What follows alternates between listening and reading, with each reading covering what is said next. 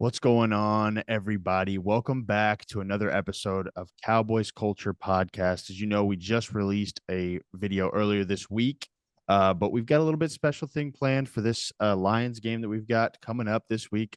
Tomorrow, actually, on Saturday. We're recording on Friday.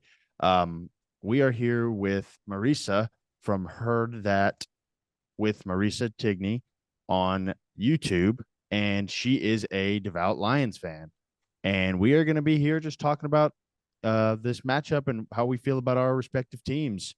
Obviously, I'm here with Jacob and Steven. But yeah, it's good to see you, Marisa. How are you? I'm absolutely amazing. Thank you, gentlemen, for the invite. I appreciate it. Yeah, of course, Marisa. When I was setting this up with you, as I told you, we had a mutual friend that introduced us to your podcast. I immediately, I have a weird thing about I fall in love with people that don't talk about teams I follow. I follow DFW sports teams, obviously Dallas, the Cowboys, Mavericks, so on and so forth. So I always love just being able to poke my head in on different fan bases, and I have enjoyed yours. I've enjoyed all your guests thus far. So keep up the good work, obviously. But Thank you. yes, ma'am. But we are here to talk Cowboys Lions, week 17 already. Yeah. Where did this season go already, I'm guys? telling you, they say time flies when you're having fun, and both of these teams are having fun. So yeah, let's jump right in. Let's talk Lions. Let's if you're going to explain to three knucklehead Cowboy fans, who the Lions are this season, who their identity is, what would you say to that?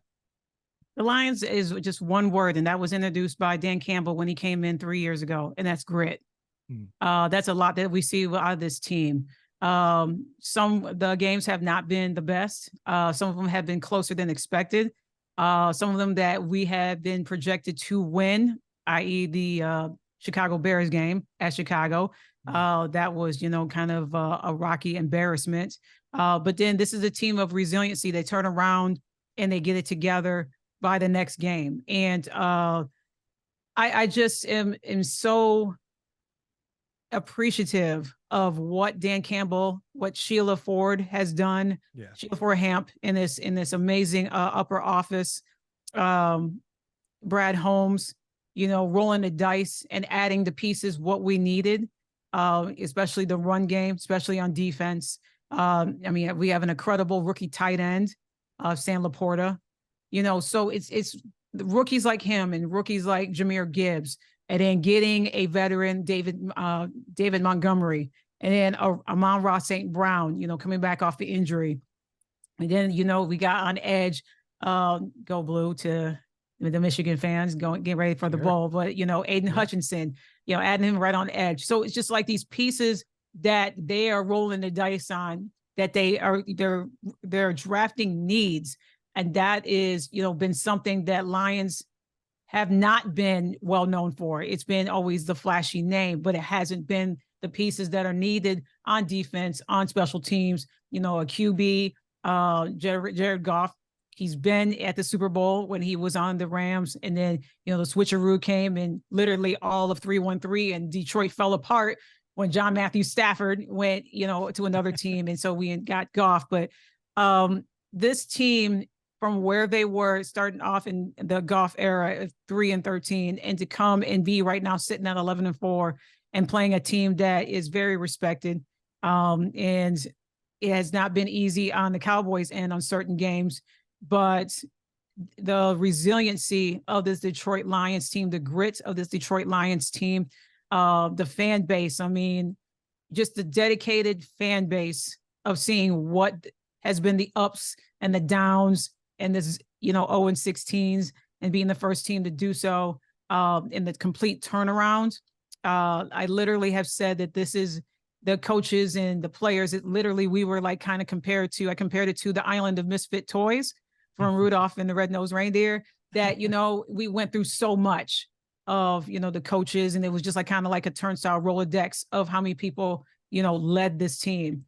But where we are now, and where these players are at now, the mentality has completely shifted. since last season, at the end of last season, barely missing the playoffs, and now getting into the postseason. So there's, some good football left.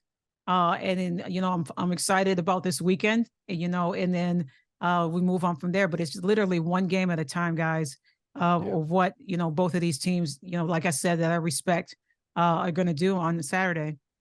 Yeah, thanks for that input. Yeah, I think putting myself in a Lions fan shoes, I think it's probably quite literally one game at a time. You can only take so much winning. Exactly.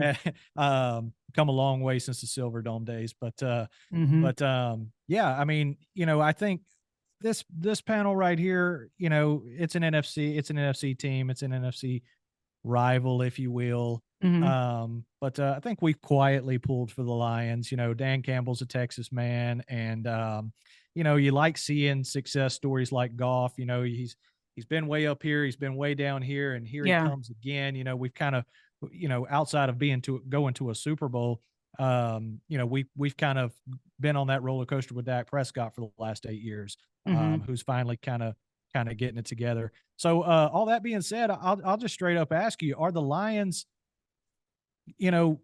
from someone that follows the Lions the way you do, are the Lions, is it NFC Championship or bust this year? Is it Super Bowl or bust? Or is it, are we just kind of happy to be here? I think it's a mixture of all of it because of the fact that, myself, I was a sophomore in college when they last won the NFC, then Central, now it's North. So waiting 30 years for this moment, and crying grown tears in my car like a child. No shame on that. No, sports does that to people. Right. Exactly. It's amazing how sports just brings out the emotions in you. When you reach the pinnacle, you feel like you're part of that team. You're invested in that team, right? So, you're on the journey with them. I was on a journey with them when they were 0-16, on a journey with them now that they're 11-4, and coming to play in Dallas on Saturday. It's been a complete and amazing, wild, crazy journey, and I wouldn't have it any other way. I think this team has the potential to do something in the postseason, but I am that one game at a time mentality.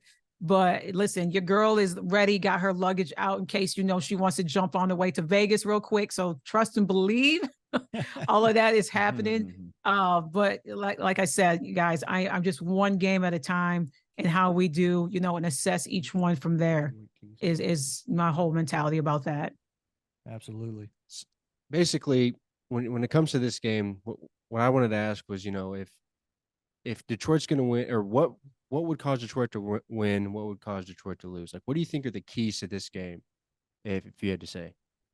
Keys of the game for Detroit to win this, if Jared Goff is on one, connecting with his core running backs, Gibbs, Monty, Amon-Ra, connecting with Sam Laporta, who, for his rookie year is playing out of his mind. In my mind right now, I think CJ Stroud will end up winning Rookie of the Year. I know he was out with some injuries. He's supposed to be back for the Texans this weekend.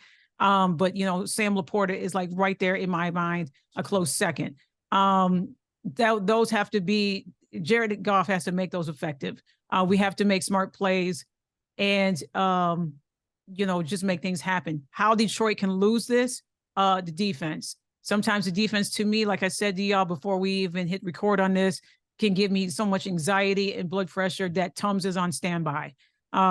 Literally, just we know some of the times, just the silly penalties of the offside penalties, roughing the passer, just silly penalties. I literally believe that the Stripes has the yellow flags out with the lion embroidered on every single yellow flag, because we feel that too. We know the feeling. Definitely you all know that, the feeling, right? Like literally a game that should be done within a 2.5, 3 hour frame. You feel like that you've been sitting there 6 hours because every 5 seconds there's a penalty, illegal breathing, illegal touching, illegal tripping, illegal, it's all kinds of silly stuff that you're like, does this even exist?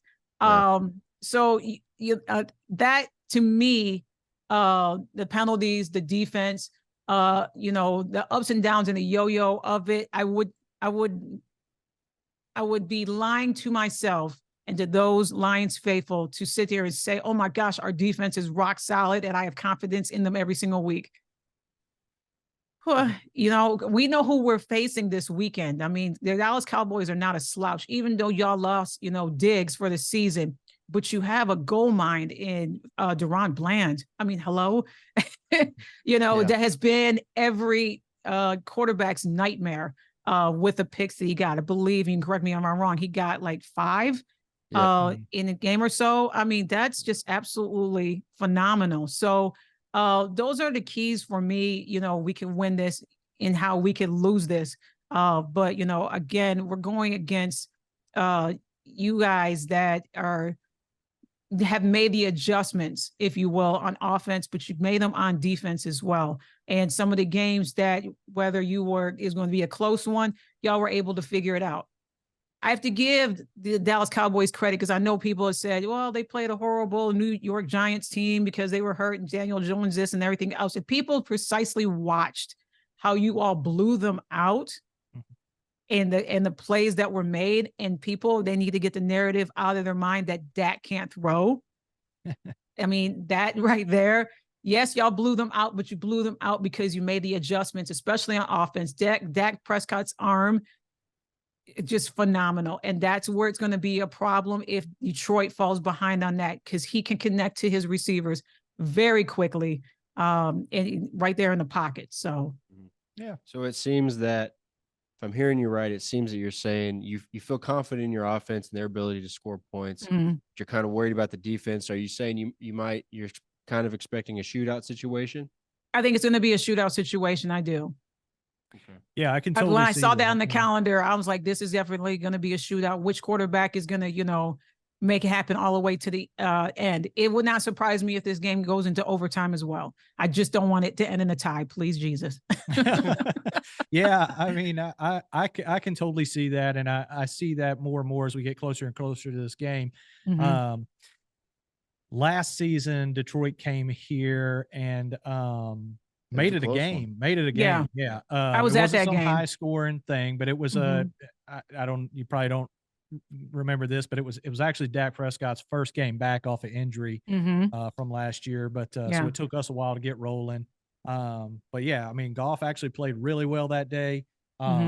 So and now he's showing up with even more weapons. So I mean, I'll just quickly say, I think our key to victory is making sure Goff doesn't have that day, you know, and that goes back to Micah Parsons and the defense and kind of get them back rolling.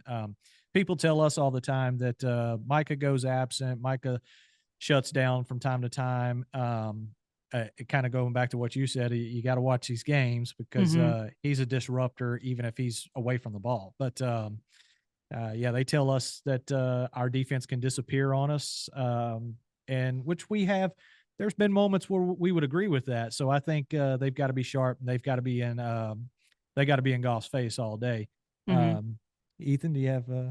I was actually gonna ask you about, how do you feel about your O-line? Because I know everybody talks about how good the O-line is. Do you think that there's anything in particular that they're like overly good at, or because I don't know, I'm a big like O-line kind of guy. I really like. We have a left guard is Tyler Smith, and he was just a great pick, and he's been really good for us. Is there like any weaknesses you see on maybe your O-line that people aren't thinking about, or maybe do you think it's just rock solid? Or I just wanted to see what you thought about that. That's such an amazing question too. I had talked about this to somebody because, you know, I like to talk to other podcasts and those that, you know, in chats and everything else about, you know, what are some opportunities on your teams and what some weaknesses on there. The offensive line for the Detroit Lions has got weapons all over the place. I mean, Jameson Williams, and, you know, like I mentioned, Amon-Ra St. Brown and Gibbs and Monty and Laporta.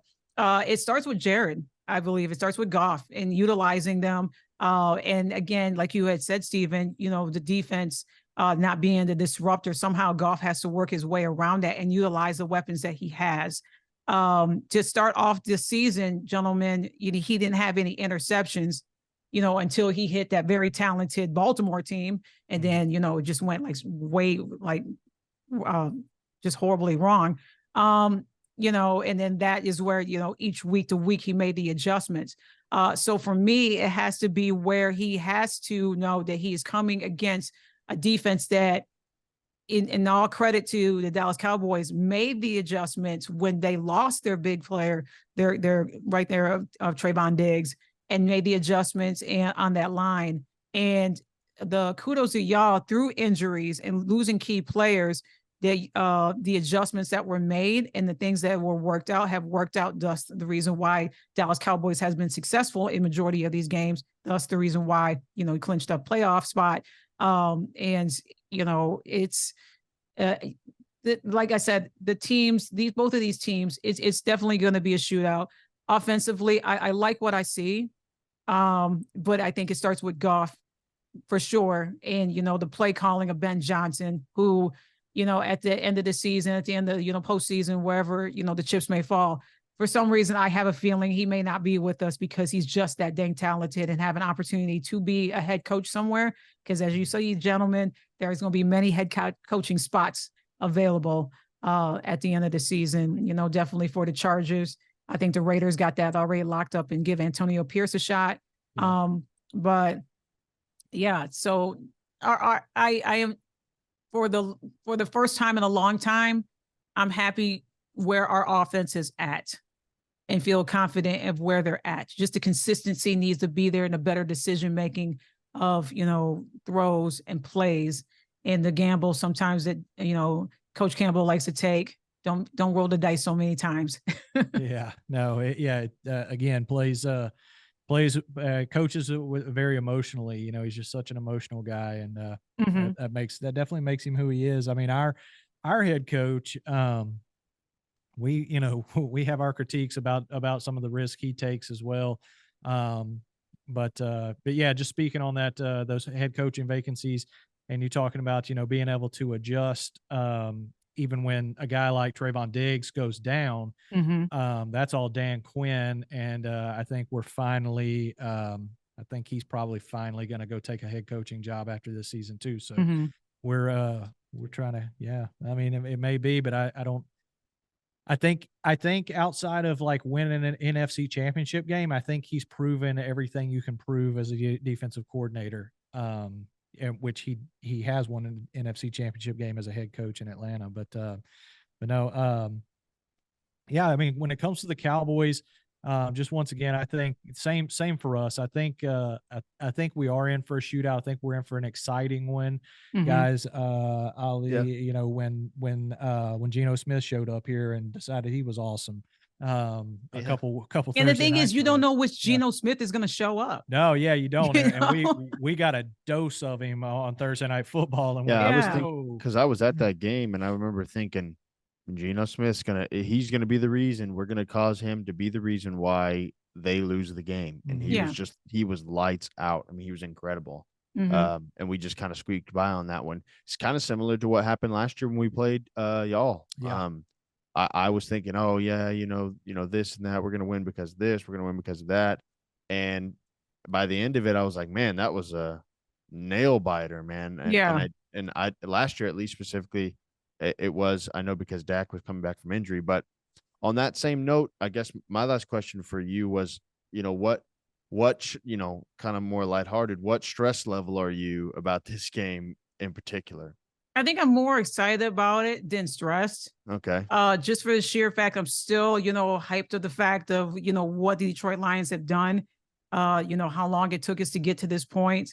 Do I want them to win? Yeah, absolutely. I want a consistent, rock solid game. It's just interesting to see, the respectable media outlets, gentlemen, give kudos to Detroit, something that, I'm not accustomed to, putting them in their top 5, grading them and everything, not hearing the media say same old Lions and everything else, actually, some of it I feel is forced, but giving, Dan Campbell, Coach Campbell, and this, incredible team, their compliments, because it's well-deserved. I mean, I just, I go back and I check, all the stats and everything else when I get ready for shows and everything else, and just double checking, like, okay, we are 11-4, right? We did clinch the NFC North, right? Like, you know what I mean? Like, for sure. You have, all these ones that were, your heavy hitters, your teams that were the big favorites. And now it's literally a mixed bag going down to the last couple of weeks of the regular season and seeing the teams that are in the hunt or sitting right now in a spot where they could go and be in a wild card game.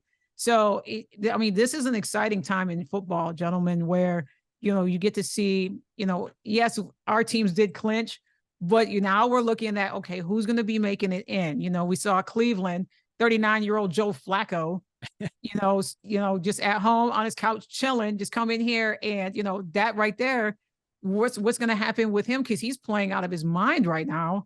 I guess they're going to have to sign him, I guess because Cleveland's they're not going to be able to draft a quarterback of substance. Yeah. Because they're going to finish too high. So Yeah. I guess they're going to have to mess around and sign Flacco. Yeah. So you have these, backups and, these third stringers that have been doing good. You look at, the Colts, you got Gardner Minshew out there I think he's been playing the best football that we've seen since he, came out of Washington State. So it's interesting, looking at other teams, like, as you said, Stephen, and seeing who is out there just playing spoiler, just playing, to secure their job next season. Who's going to get that contract extension? It's always down to the last several weeks of the regular season, even though, some of these teams have been eliminated, it's now, okay, we're having interim coach, who's going to be our coach next season and all of that. So for me, I'm just excited about tomorrow. I'm excited about the game. I'm excited about, in meeting other fans. I know I'm going to be surrounded by Cowboys fans. For some reason, win or loss, I have a good time every time, so, and then I'm married to a Cowboy fan, so I hear about it all the time. I like it. Well, that's all we have for you, Marisa. Thank you so much for hopping on with us. We, of course, are looking forward to. It's been a long time, I think, since a bunch of Cowboys fans were like, "Whoa, the Lions are coming in," you know. And this is a big game. This is a big late season game. Two winning teams. Two very good teams that are going to end up with guys with awards. So been extremely impressed with Detroit. But Marisa, tell the internet where they can find you. Awesome. Thank you again, gentlemen, for having me on your incredible podcast. I do have a podcast. It is on all podcast platforms, as well as my YouTube channel. It's Heard That with Marisa Tigney. I also am a sports contributor for the Kenny Burns Show. So I am on weekly on Instagram. I'm getting ready to grow from there. I have a channel from them that's going to be produced by them. So it's going to be absolutely amazing. And like I said, I appreciate chopping up any kind of sports. I am a fan of football. I'm a fan of basketball, different kinds of things, but I'm a fan of a fan.